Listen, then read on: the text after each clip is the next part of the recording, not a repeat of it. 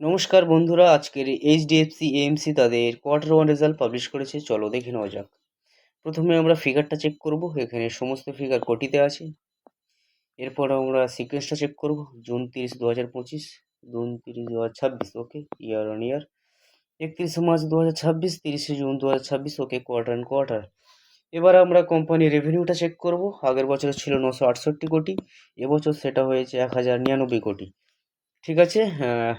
Company এখানে প্রায় 12 থেকে 13% মতন জাম্প রেখেছে। ঠিক আছে, গুড, একটা পজিটিভ দিক। আগের কোয়ার্টারে ছিল 1051 কোটি, এবারে সেটা বের হয়েছে 1099 কোটি। কোম্পানি এখানে প্রায় 4 থেকে 5% মতন জাম্প দেখিয়েছে। এবার আমরা কোম্পানির এক্সপেন্সটা চেক করব।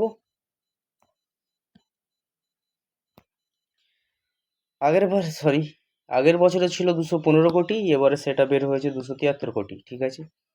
আগের কোয়ার্টারে ছিল 229 কোটি, সেটা বের হয়েছে 273 কোটি। ঠিক আছে, রেভিনিউ। এবার আমরা কোম্পানির প্রফিটটা চেক করব। আগের বছরে ছিল 747 কোটি, সেটা বের হয়েছে 837 কোটি। কোম্পানি ইয়ার অন ইয়ার প্রায় 12 থেকে 13% মতন গ্রোথ দেখিয়েছে। এবার আমরা কোয়ার্টারটা দেখে নিই। আগের কোয়ার্টারে ছিল 622 কোটি, এই কোয়ার্টারে হয়েছে 837 কোটি। কোম্পানি কিন্তু কোয়ার্টার অ্যান্ড কোয়ার্টার প্রায় 33% মতন গ্রোথ রেখেছে। এবার আমরা কোম্পানির ইপিএসটা চেক করে নেব। আগের বছরে ছিল 17 টাকা 48 পয়সা, এবছরে সেটা বের হয়েছে 19 টাকা 53 পয়সা।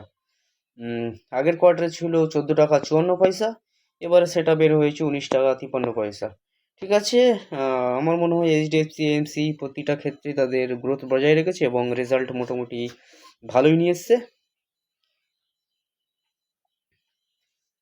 যদি ভিডিওটি ভালো লাগে তাহলে অবশ্যই লাইক করুন এবং আরও আপডেট পেতে আমাদের সাথে থাকুন। ধন্যবাদ।